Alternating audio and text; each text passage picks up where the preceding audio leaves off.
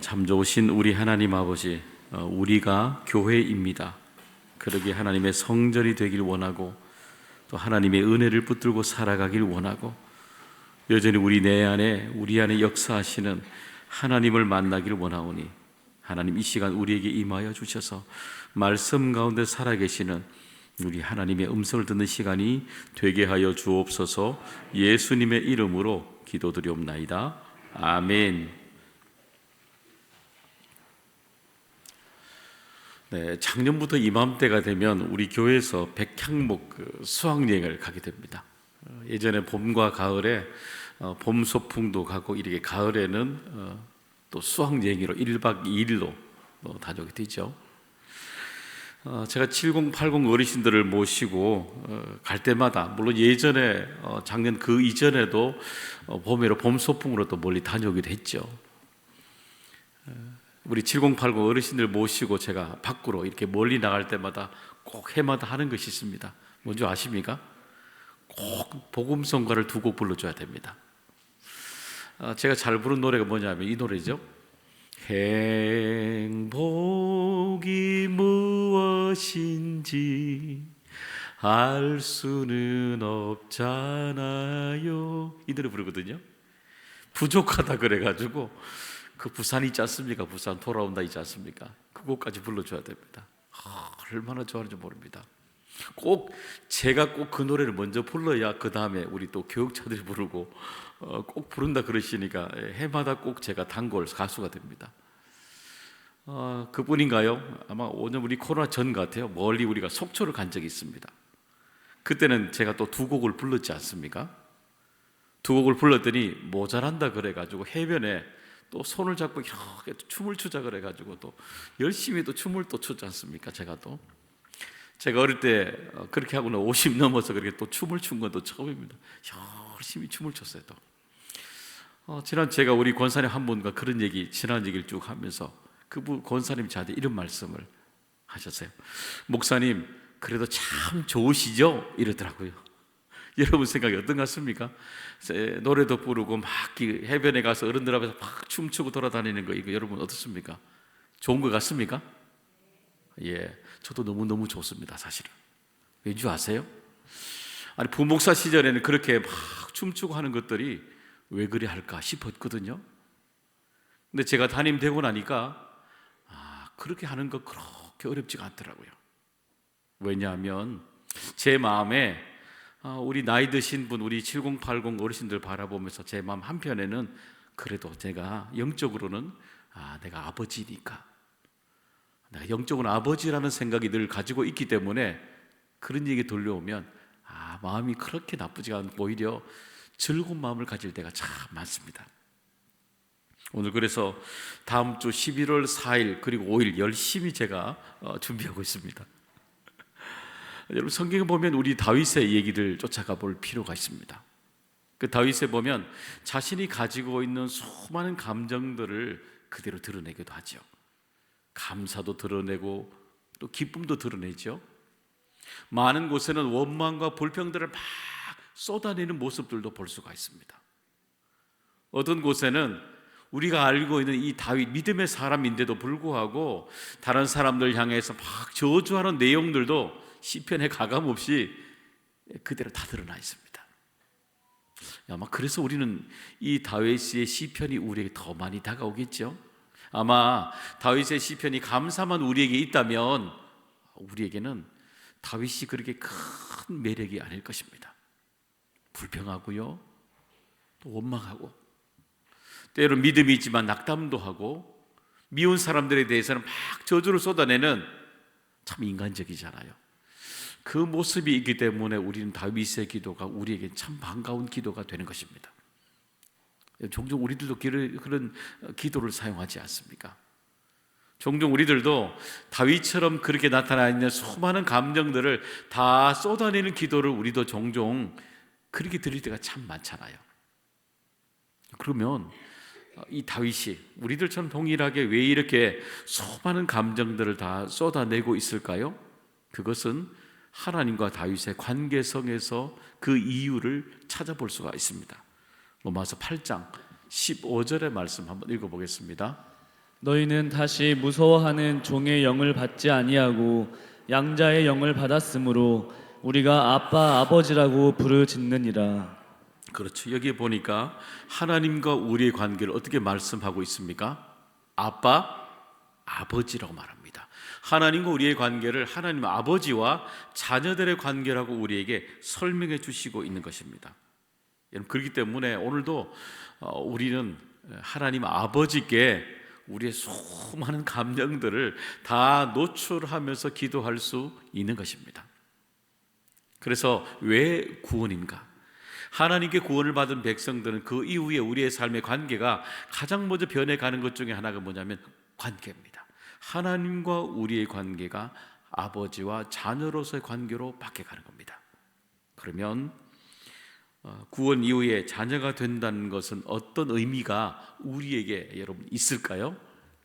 그것은 우리들이 자유자로 살아가게 된다는 것입니다. 마태복음 11장 28절의 말씀 한번 읽어보겠습니다. 수고하고 무거운 짐진 자들아 다 내게로 오라. 내가 너희를 쉬게 하리라. 그렇죠. 여기 보니까 수고하고 무거운 짐진 자들아 다 내게로 오라. 내가 너희를 쉬게 하리라 말씀합니다. 하나님이 우리를 바라보실 때 우리의 인생을 이렇게 정하고 있죠. 수고하고 무거운 짐진 자들이라고 우리에게 말씀합니다. 여러분, 이 땅에 살아가면서 어떤 사람이든지 어떤 환경이나 어떤 모습을 가지든지 수고하고 다 살아가야 됩니다. 열심을 다해서 그 인생을 살아가게 되는 거죠. 여러분, 그럴 때마다 우리의 인생에 큰 짐들을 어린아이로부터 모든 연령대가 우리 늘 큰 짐을 지고 다 살아가게 되지 않습니까?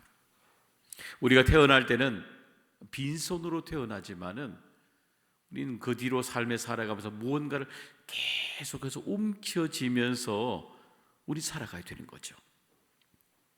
그래서 그 소유 때문에 우리는 기뻐하기도 하고 때로는 그 소유 때문에 우리는 좌절되는 삶도 살아가게 되는 것입니다. 우리가 잘 알고 있는 에리 프롬의 그 유명한 책이죠. 소유냐 존재냐라는 책이 있습니다. 거기 책에 보게 되면 저자는 우리에게 이렇게 설명하고 있습니다. 우리 인간들은 끊임없이 내가 가지고 있는 소유 때문에 더 많이 소유하고 가지는 것 때문에 그리고 내가 그때마다 존재로서 내가 어떤 사람인가에 대해서 이 소유와 존재 이 두 가지 속에서 끊임없이 계속해서 갈등하고 살아간다고 우리 이해합니다.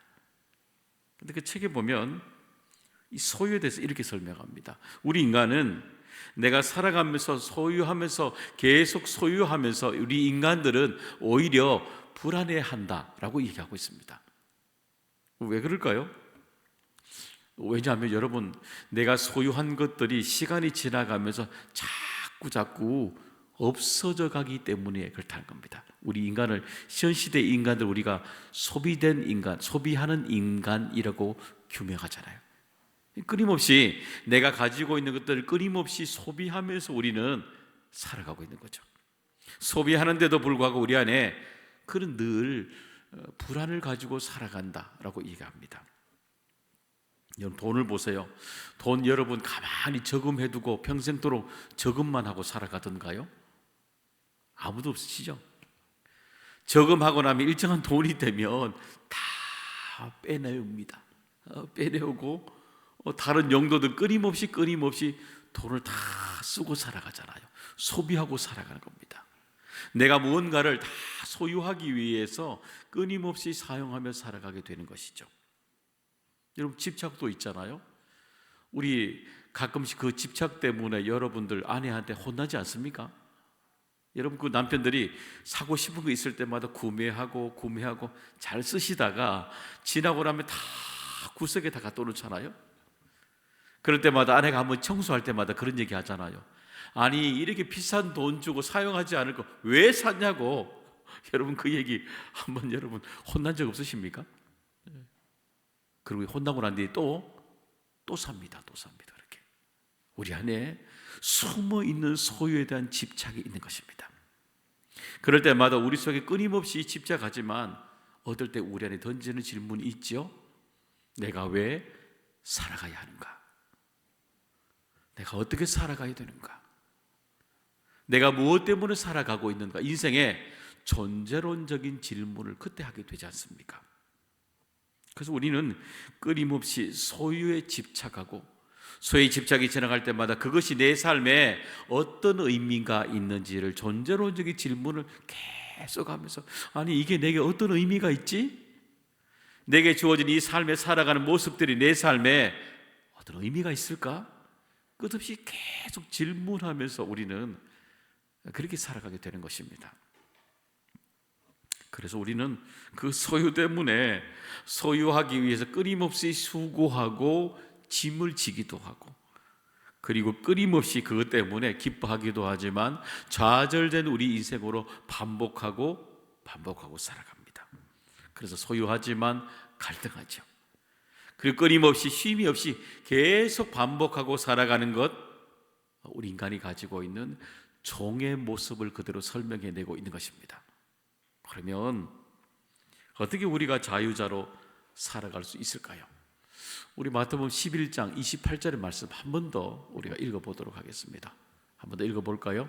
수고하고 무거운 짐진 자들아 다 내게로 오라 내가 너희를 쉬게 하리라. 그렇죠. 여기 말씀 중에 보니까 다 내게로 오라 내가 너희를 쉬게 하리라 합니다. 하나님이 우리를 불러주셔서 끊임없이 소유하고 갈등하고 좌절한 우리들에게 하나님 우리에게 삶의 쉼의 장소로 우리를 불러주신다는 겁니다. 쉼의 장소로. 여러분 그렇잖아요. 땡볕이 막 내려지는 그 자리를 지나가다가 그늘에 한번 들어가 보십시오. 그럼 그 순간 수많은 짧은 시간이지만 내게 쉼과 함께 정리가 쭉 되어가는 겁니다. 짧은 시간이지만 여기 보니까 멍에를 가볍게 하신다. 내 멍에를 쉽고 내 짐은 가볍다 말합니다. 하나님께서 우리에게 주신 모든 멍에들은 우리 하나님께로 가져갈 때마다 우리의 인생의 짐은 가장 가벼운 짐으로 하나님이 온전히 우리의 삶을 가져가신다는 겁니다. 우리 하여금 그 짐으로부터 내 인생의 수많은 멍에로부터 자유로운 삶을 살아가도록 우리를 붙잡아 주신다는 겁니다. 그런 은혜 여러분 누리며 살아가는 여러분 되시기를 소망합니다. 우리 물건도 보세요. 여러분 아주 무거운 물건을 한 손에 이렇게 들고 갈 때가 있잖아요. 큰 무거운 물건을 이렇게 들고 이렇게 한 손 들고 올라가면 자세가 펴지는가요? 기울어지는가요? 기울어집니다. 무거운 짐을 들수록 자꾸 한쪽으로 이렇게 기울어져야 되거든요. 그러면 이 짐을 바른 자세로 들고 갈 수 있는 방법이 어떤 방법이 있을까요? 반대편에 똑같은 무게를 가지고 올려놓으면요 이 무게가 2배가 되지 않고 하나가 됩니다. 이상하게 더 2배로 양쪽에 들고 있는 건데도 불구하고 오히려 무겁지도 않고 들고 갈 수가 있습니다. 희한하죠? 분명히 우리에게 짐을 2개 다 들잖아요, 그렇죠? 그런데도 더 가볍게 더 많이 들 수 있게 되지 않습니까? 여러분 우리 하나님께 가져가는 인생도 그렇습니다. 우리 인생의 수많은 수고하고 짐들이 매일마다 내 삶의 한쪽에 지고 있는 짐들이 얼마나 많아요? 내가 생각하지 못하는 인생에 예기치 못하는 수고하고 무거운 짐들이 내 삶에 얼마나 많아요? 그럴 때마다 다른 한편에 하나님이 주신 은혜를 붙들고 되면 이 모든 양쪽에 내가 들고 있는 수고하고 무거운 모든 짐들을 넉넉히 들 수 있도록 하나님 우리에게 감당하게 은혜를 주시는 겁니다. 감사가 되는 겁니다. 이 한 손에 감사를 들었죠? 그러면 이 반대편에 있는 수고하고 무거운 짐진도 하나님이 감사로 받기도록 우리에게 은혜를 베풀어 주는 겁니다. 그래서 하나님은 이 짐을 통해서 하나님의 은혜를 통해서 우리의 인생에 매일마다 주어지는 수많은 것들에 대해서 자유하는 우리의 인생을 바꾸신 하나님의 은혜로 살아갈 수 있게 되는 것입니다. 여러분 그런 은혜들이 오늘 여러분의 삶의 자리마다 풍성하게 채워주시기를 간절히 소망합니다. 두 번째는 우리 하나님의 자녀가 된다는 것은 둘째는 뭐냐면 하나님이 자녀들에게 하나님이 권세를 우리에게 주신다는 겁니다. 요한복음 1장 12절 말씀 읽어봅니다.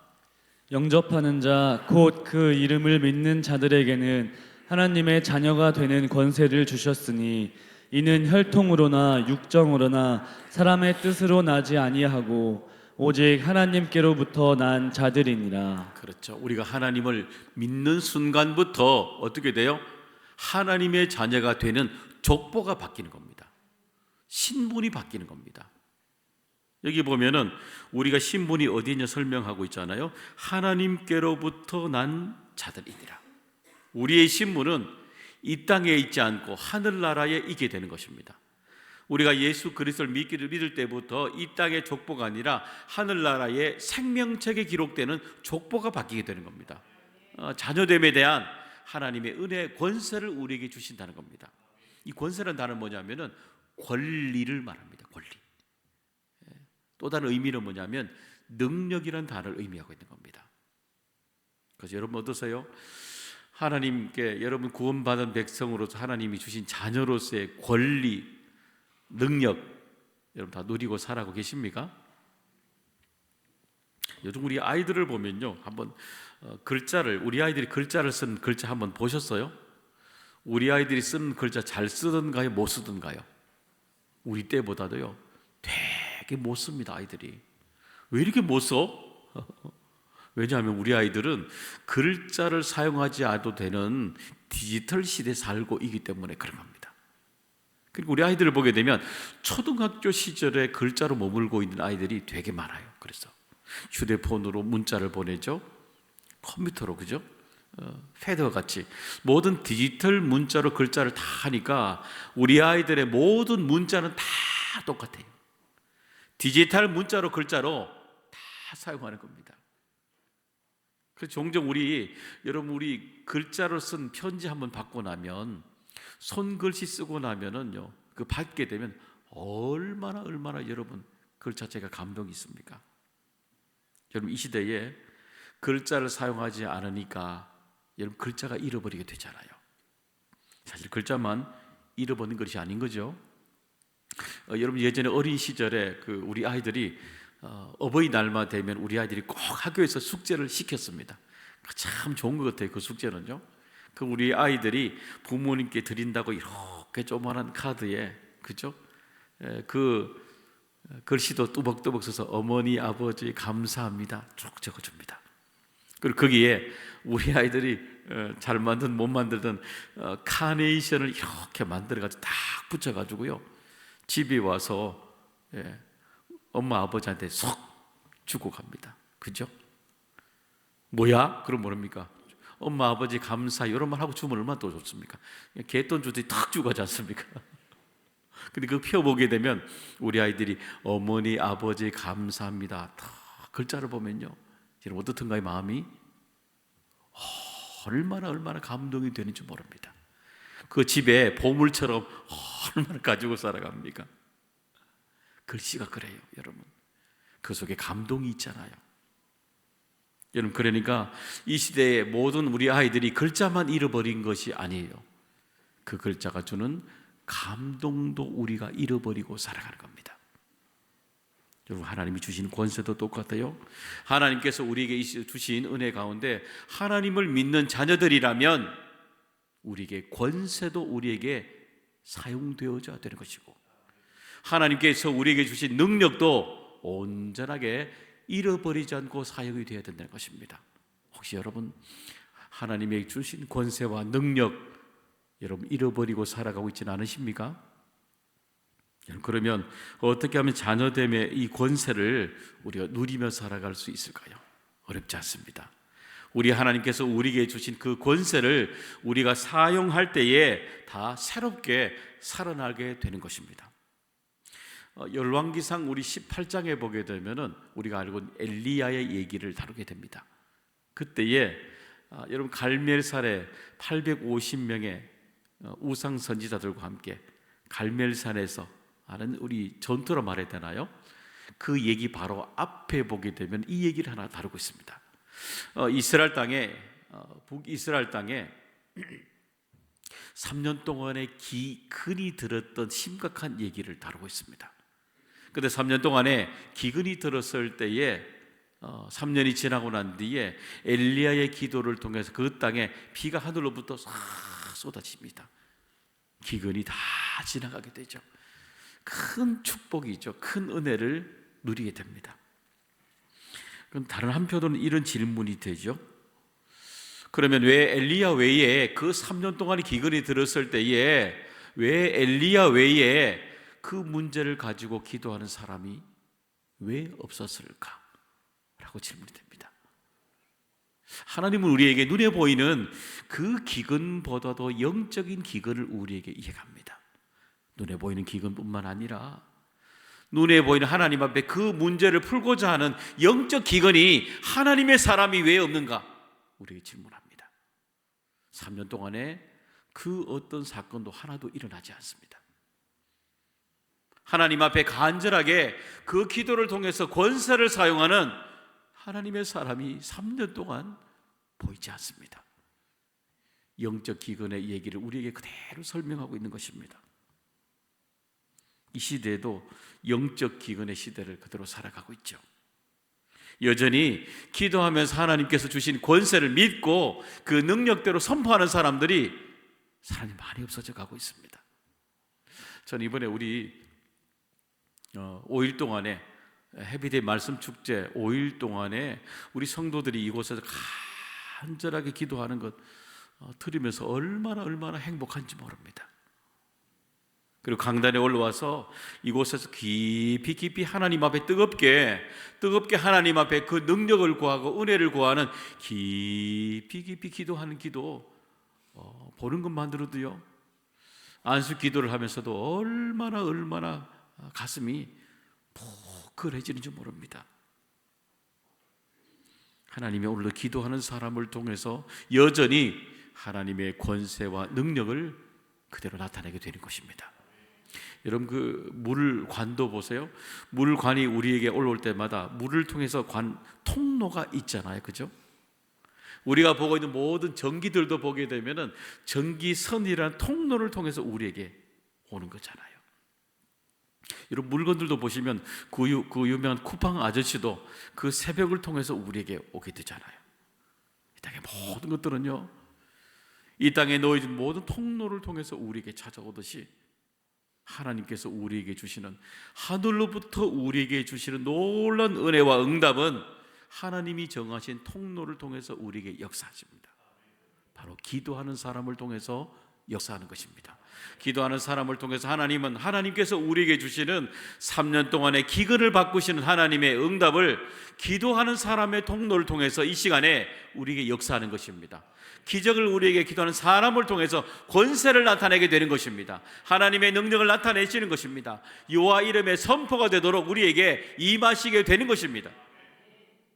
그런 놀라운 은혜들이 여러분 우리에게, 또 여러분에게 그렇게 사용되는, 여러분이 그렇게 사용되어지는, 또 사용되어지는 우리 교회가 되기를 간절히 소망합니다. 세 번째는 우리에게 자녀 된다는 것은 우리들의 삶에 축복을 걸어가게 한다는 것입니다. 여러분 우리가 죄를 안다는 것 우리에게 얼마나 큰 변화인지 몰라요. 내가 예수 그리스도를 믿기 전에 죄 그러면 멀리 떨어져 있거든요. 근데 내가 예수 그리스도를 믿고 나면 그 죄가 무엇인지를 우리가 알게 됩니다.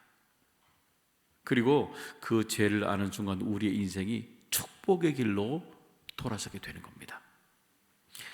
여러분 아마 이 단어 알 것 같아요. 미다스의 손이라고 들어보셨습니까? 우리가 알고 있는 마이더스의 손이라고 우리가 종종 부르잖아요. 이 손을 통해서 하는 것들마다 다 금손이라 그러잖아요. 이 하는 일들마다 이 손을 통해서 할 때마다 모든 일들이 잘 되는 사람. 우리 금손이라 말할 때 이 마이더스의 손을 말할 때 금손이라 그러지 않습니까? 근데 사실은 이 마이더스의 이야기는 우리가 영어로 보면은 이 미다스라고 우리가 또 표현하기도 하는데, 이 표현의 얘기를 보게 되면 이 그리스 신화에 나오는 여기 보면 프리기아 왕의 한 토막의 얘기가 되는 겁니다. 이 프리기아 왕이 한 날은 술의 신이자 풍요의 신인 바쿠스, 우리가 바카스 그러잖아, 그죠? 먹잖아, 그죠? 여기 술의 신의 이름입니다. 바카스가 바카스의 스승이 누구냐면은 실레노스입니다.